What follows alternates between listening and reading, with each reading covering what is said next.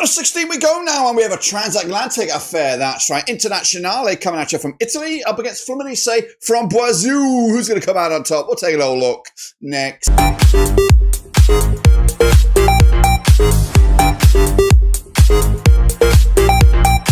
That's right, folks, back once again with another video today. We're previewing Internazionale taking on Fluminese in the Club World Cup. That's right, they're meeting in the round of 16, who, of course, will progress to the quarter-final stage as well. We'll take a little look in just 1 second. If you know where you've been, smash your subscribe. You want some shot for Blackburn Rovers, Club World Cup, World Football. We're going to go here under one Ruski. That's right, Inter kicking ass and taking names. Fluminese squeaking in at the death.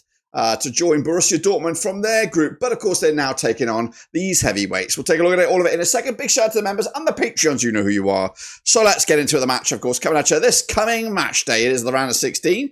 This match, I believe, is coming at you on Monday, the 30th of June. That's right. So let's take a look at it under the microscope. Internazionale qualified as the 4th best ranked eligible team in the UEFA 4-year ranking system. They qualified back in the 17th of December, 2023. They've been here previously, back in 2010. Odds to qualify out of the group 8-1 on. Odds to win the whole thing 10-1. My expectation at the start of the competition was quarterfinal, but that was under the old coach. I had my doubts about Christian Chuvri, but he's proving to be a stubborn little manager right here, right now. These are the guys.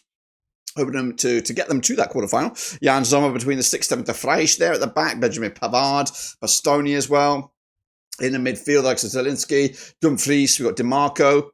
Whoa, Barella is in there as well. Tura Martinez, Tarim up top. This is what we could see, but I probably won't.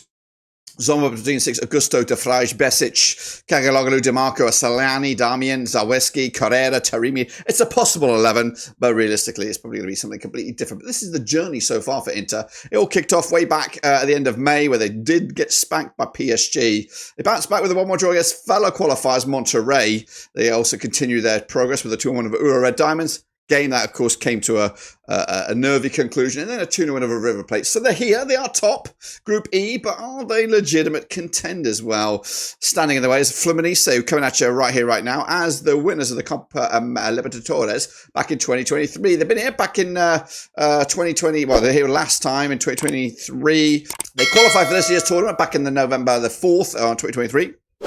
And they've been here, of course, back in 2023. So this is the second tournament in history, of course. 4-1 on to qualify at the start of the competition. 51 to lift the trophy. I did think they'll crash out the group stages.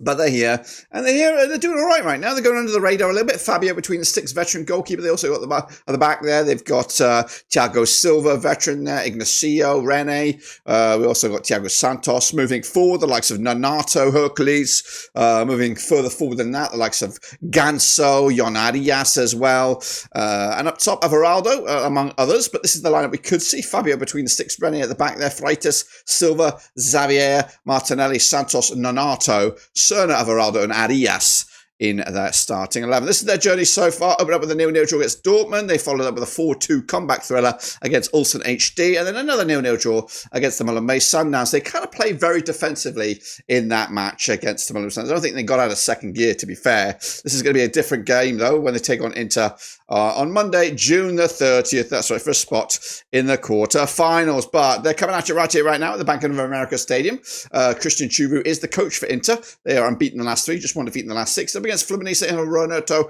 Gaucho is the coach, unbeaten the last 6, 83% form for them. But of course, not, just the 1 win in the last 3. That's 1 win in this tournament.